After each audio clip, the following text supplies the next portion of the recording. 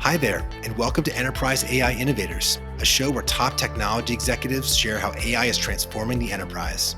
In each episode, guests uncover the real-world applications of AI, from improving products and optimizing operations to redefining the customer experience. I'm Evan Reiser, the founder and CEO of Abnormal AI. And I'm Sam Motamedi, a general partner at Greylock Partners. Today on the show, we're bringing you a conversation with Mark Sherwood, Executive Vice President and Chief Information Officer at Wolters Kluwer. With over 21,000 employees, they're a global leader in expert information, software, and professional services for over 100,000 customers worldwide. There's three interesting things that stood out to me in our conversation. First, Wolters Kluwer is building AI into every product, moving beyond generic search to guidance professionals can trust, using deep subject matter expertise to deliver precise, context-aware answers. Second, Mark is taking a pragmatic approach to AI adoption, starting with user productivity and real training. By identifying and targeting a few manual, high-leverage processes, he measures success through value brought back to the business, not just chasing shiny objects.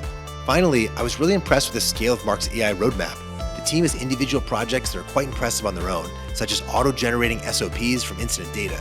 However, they're applying the transformation across every area of the business, with more than 60 projects, everything from contract lifecycle to incident management and disaster recovery. Mark, thank you so much for joining us today. Really excited to having you on the show. I was looking forward to this one. Maybe to start off, do you mind giving our audience a bit of overview about your career, maybe your current role at Wolters Kluwer? Yeah, career. I won't go back from the absolute beginnings, but it's been technology roles.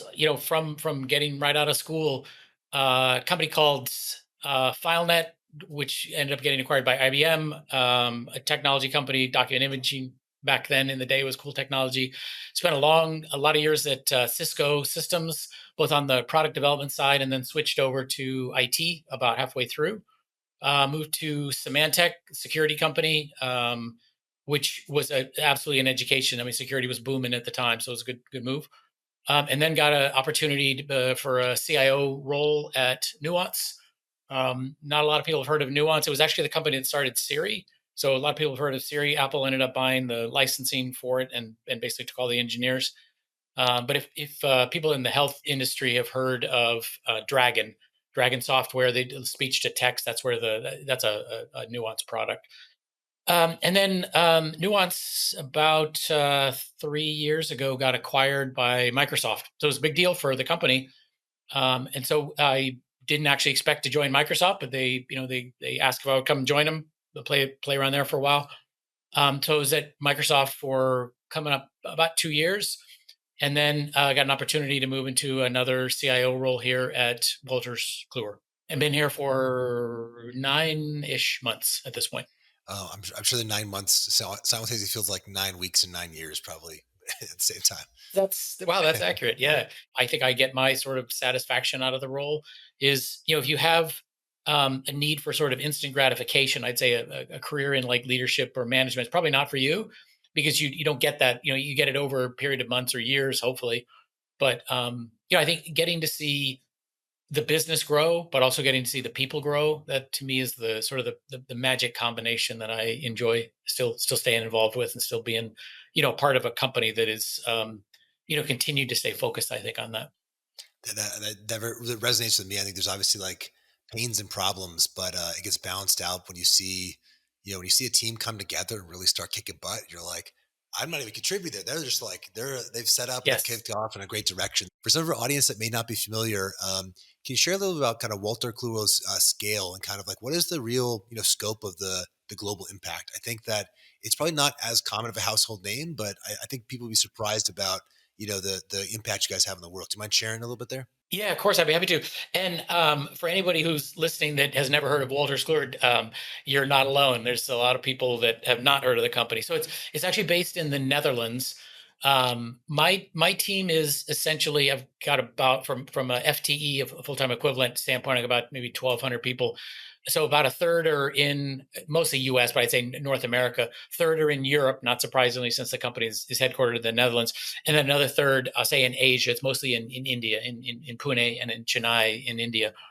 The company has been around for almost 190 years. So if you haven't heard of it, maybe most people haven't for one reason or another. So Edgar Allan Poe was still alive when the company began, so you can get a sort of a feel as to how long the company's been around. So the company essentially has 5 sort of main divisions, and they range from, we have a health division, we have tax, we have legal, we have corporate performance, we have financial. So it really sort of extends the gamut across a lot of different industries. And think about, the goal really is that we're providing this content and subject matter expertise out to professionals. So healthcare professionals, doctors, nurses, right, on the healthcare side, tax professionals, people that are preparing your taxes, making sure that they are always have the most accurate data available to them, like literally at their fingertips. And then basically the company operated as that for many years. And then what's happened is the technology's being able to provide better capabilities into that data, because we've got a tremendous amount of subject matter expertise like on staff.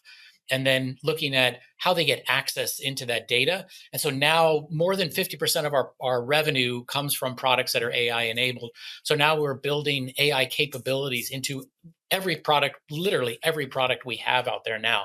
So some came out initially, a while back, some are coming out now, some are coming out, in the next couple of months, but basically providing this AI capability, much enhanced capability to get exactly the information you want, again, right at your fingertips without having to go and do like a traditional search of the internet where you ask for something specific and you get, 50,000 things and 45,000 of them are not really relevant to your ask. So that's the goal, is helping the users, actually get to the data that they want, the information that they want as quickly as possible and as accurately as possible.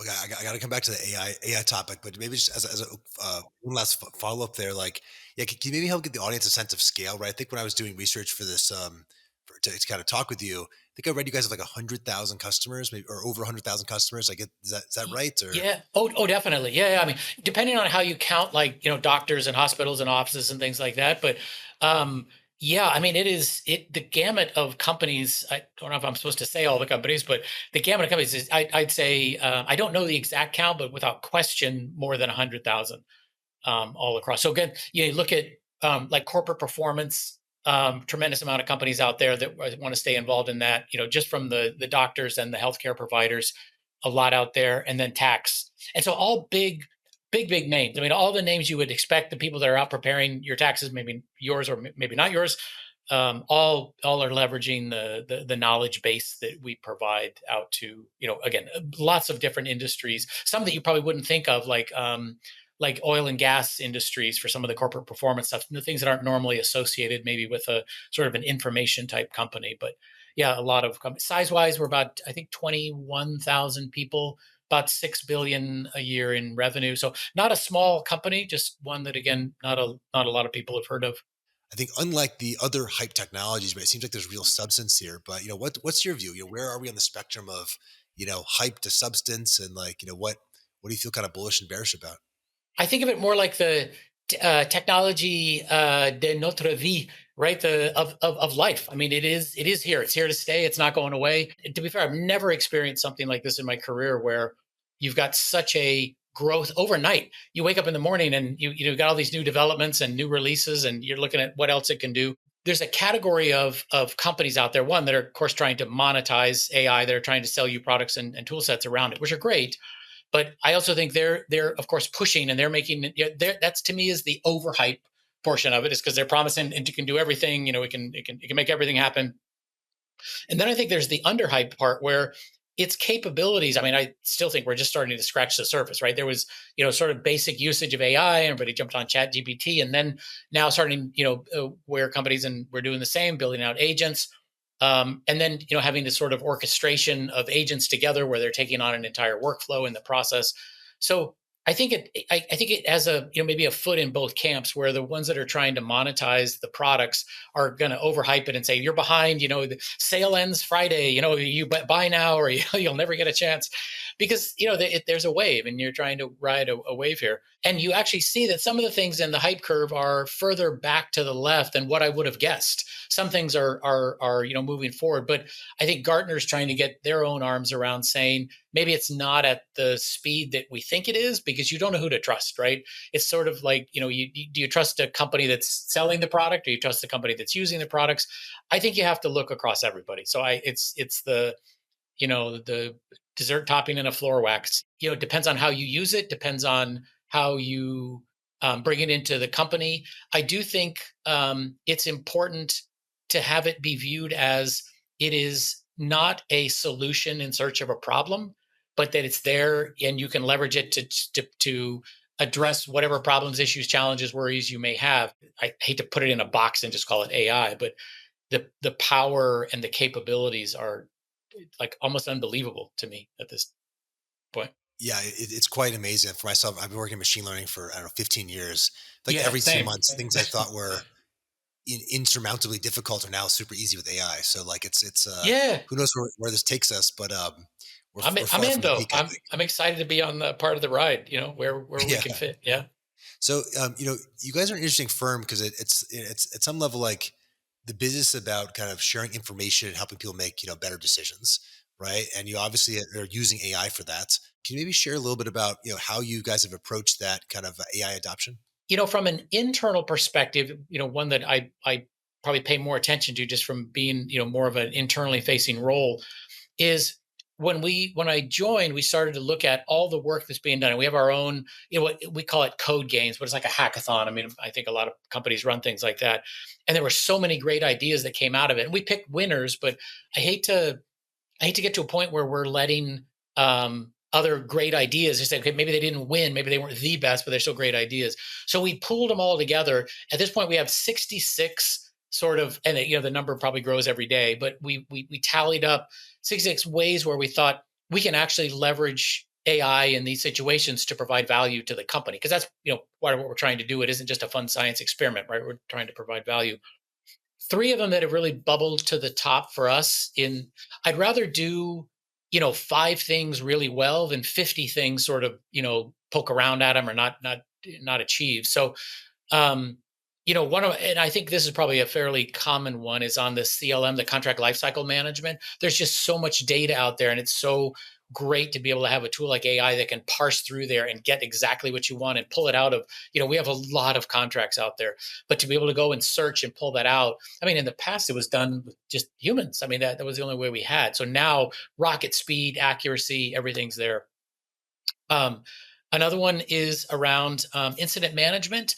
And then, hopefully being able to prevent some of these incidents. So there's so much data that gets gathered over every incident that gets opened, and to be able to parse through that again, it was not humanly possible. Literally now, just leveraging AI and being able to take care of of pulling that data out of all the incident records, making sure that the RCA, the root cause analysis, getting all the information out, and then trying to use it in a proactive manner where it's not just recognizing, hey, there's a problem, but saying, how can we try and catch some of these things before it actually becomes a problem? And then I'd say last, maybe the last part that we're really focused on also is on disaster recovery, and making sure that we're basically checking all these systems 24/7 to understand, do we have something brewing out there? I mean, hopefully we don't have a disaster, but we want to be prepared just in case we do. So I'd say those are the three areas that we're probably putting the majority of the effort and time into now. But again, then it's just sort of working our way down the stack, as we go forward from an internal perspective. Appreciate your share. I'm going to ask more about those. The one you mentioned, contract lifecycle management, that is, for me, that's a really interesting one because I don't know, some terms or clauses that kind of go against our kind of, legal standards or policies. But now what I've seen, at least internally, is, it's like looks at red lines. There's almost like it's gone from like, I don't know, like fancy keyword detection, right? To like actually like giving guidance input. So that one I think is interesting because there's just a lot more, probably for all these use cases, there's kind of like a basic version and then you can kind of upgrade, and probably the limits of what some of these AI technologies can do across different processes are, we're probably still underestimating today. Oh, and I completely agree. And absolutely, that's one of the capabilities. And so every time we look at what we're going to, sort of tackle next, it's really trying to get an understanding of what what are the ideas, and then really understanding the business process. How do we do it manually today? I think it also helps us really get a better defined sort of process mapping as to actually how it's done, and then to understand, okay, are we going to build something, are we going to buy something, are we going to use a managed service to help us provide some of these things? So what we're seeing is that the third party tool providers are really making some great inroads into a lot of these tools. And I won't say the name, but the product that we use for contract lifecycle management, which is a popular one, but the capabilities in there are really impressive, and they're perfectly integrated into the capabilities of the tool itself. So just like you said, I think with being able to go and get that kind of information, but then being able to expand upon that. So it's not just a search and replace, or search and find, or go find all these things, but helping understand, what is the best way to rephrase this? How can, here's what we're hearing from, obviously all these, we're dealing with a contract from another vendor. They've redlined these things. What is some ways we could potentially get around this? We could reword it. We could reword it in our favor. Is there any like particular kind of applied AI use case, maybe for like internal operations that you just feel like really proud about, or like you look back and you're like, wow, I had no idea 6 months that was even possible. Like what kind of stands out to you? Something that's been, your most exciting or impressive innovation there.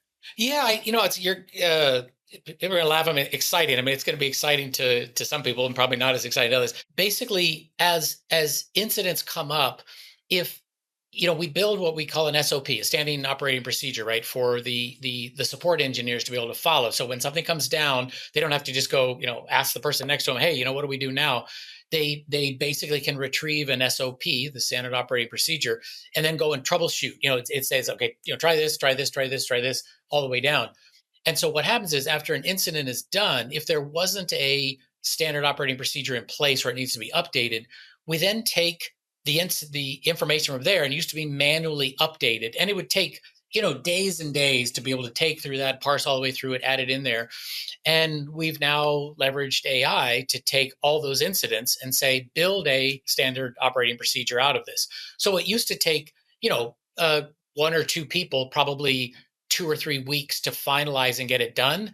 I mean, it's essentially, I don't know, 15 minutes now, worst case, probably 2 minutes, best case, to be able to pull the information and say, basically build out a step by step procedure that would have understood quickly what was the problem, and then what should be done, and then how do you stop that from happening next time. Even that one thing, I mean, that's freed up. And I do want to say, our goal at Wolters Kluwer is not to eliminate people's roles at the company. It's basically to eliminate a lot of these sort of day-to-day, painful tasks, and allow them to do something different, allow them to learn more, allow them to go focus on, another area that needs them. If you were kind of giving advice to maybe, technology leaders out there, IT leaders about, hey, here's kind of like three quick wins, right? Where you get kind of just like, if you're trying to like put some points on the board, make some progress, maybe help convince some of your peers that are maybe not quite as, far along the spectrum about the AI having real opportunity to kind of transform the business. What would be a couple kind of quick wins you'd recommend? I think I would pick two sort of categories. So the first one is on user productivity. And there's lots of user productivity tools out there. Some of them, again, I won't use the words, but it's like a person sitting next to you in a plane, right? You can figure out the names.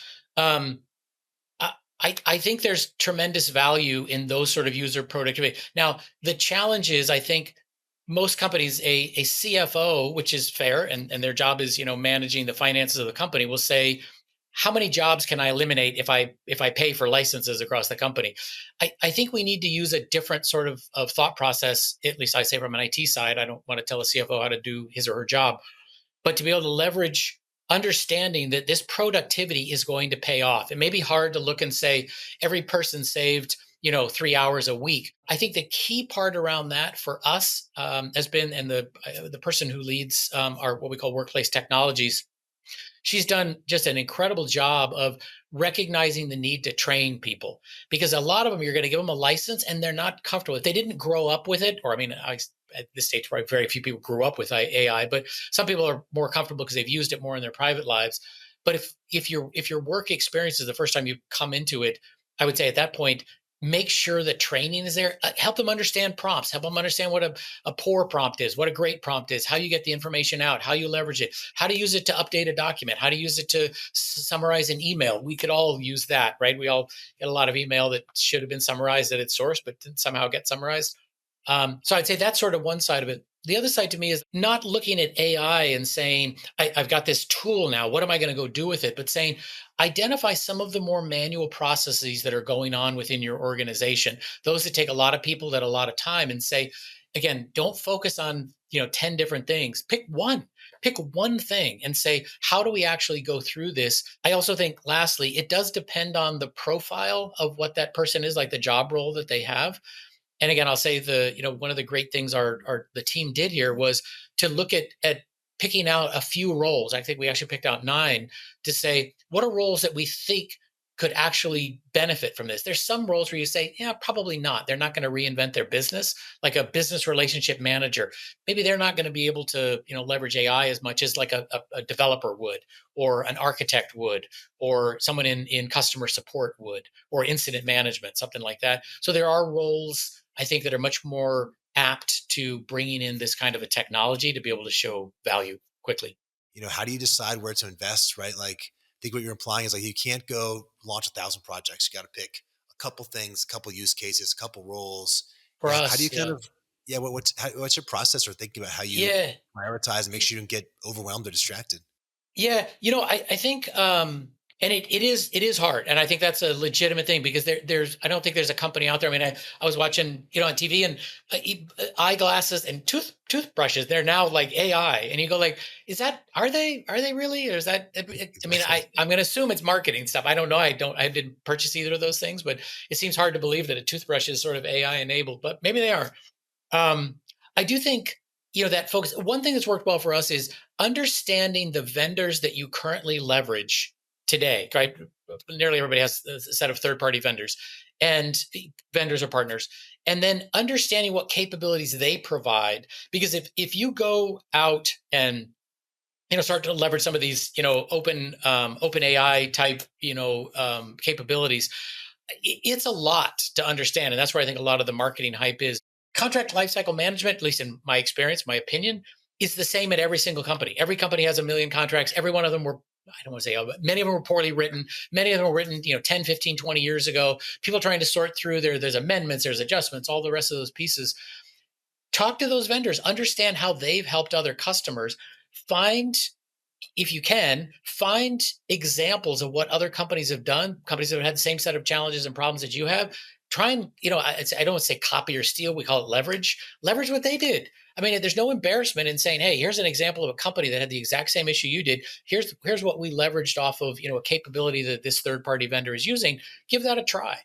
I think it's a proven quantity at that point, and it takes you away from that fear of, there's just a million. I mean, it's probably more than a million vendors and startups that are all saying, oh, we have the answer, we can provide it you, and it's this sort of one size fits all. And go pick your, like we talked about, just a few examples, and go find some problems that are very manual, that are very time consuming. I guarantee you the vendor behind that will have most likely have some sort of AI capabilities. Start with those. Mark, hopefully I'm not off base here, but my sense from talking to you for a little bit is that you're a little more in the details, right, of kind of like how the technology gets applied than maybe the average CIO, right? You've had a lot more hands-on experience. I'd love to hear just like, how are you using AI personally, right? How has it changed your personal workflow? The things you're doing today with AI that maybe weren't possible 6 months or a year ago? Like, yeah, give me some pro tips about what I should be doing to kind of, what all of us can be doing to kind of streamline our work. Yeah, yeah.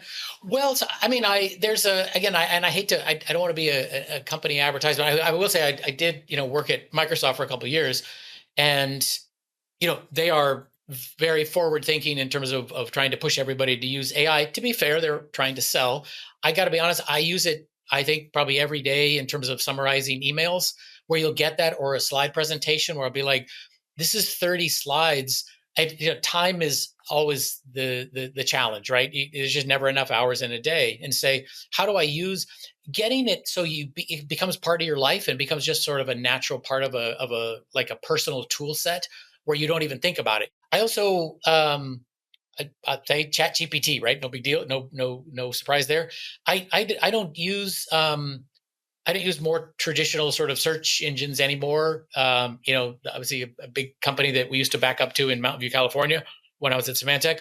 Um, I get better answers and better responses. It's not I don't also get all the advertisements associated with many of the searches, but I feel like I get the answer much more. And that's again what we're trying to do. Wolters Kluwer, get you the answer exactly what you want quickly. If I build the prompt accurately enough, or get three tries with a prompt and getting it written correctly, I feel like I've got a much better opportunity to get the information I'm searching for.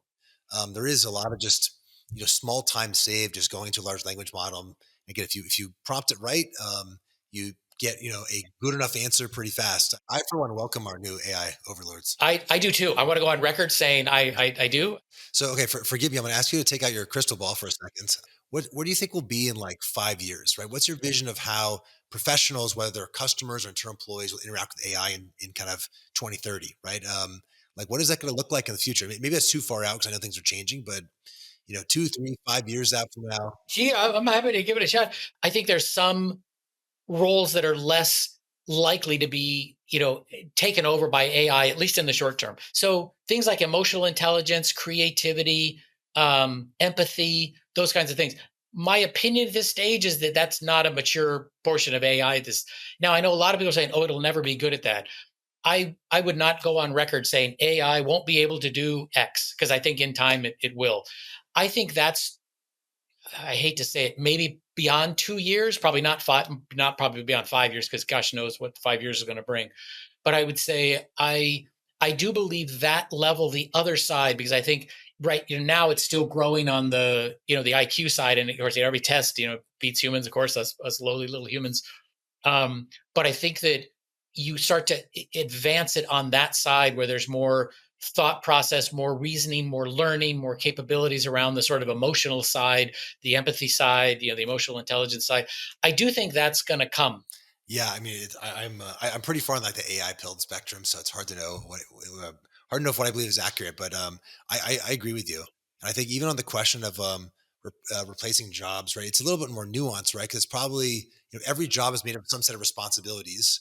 Today, they're mostly done by humans. Probably in the future, some are totally done with AI, some is done kind of in partnership with AI, and some is still done with humans. And I think that, the workforce will change it, again, my opinion, in that I think the idea of having like agents and orchestrators is that that's just going to be part of the workforce.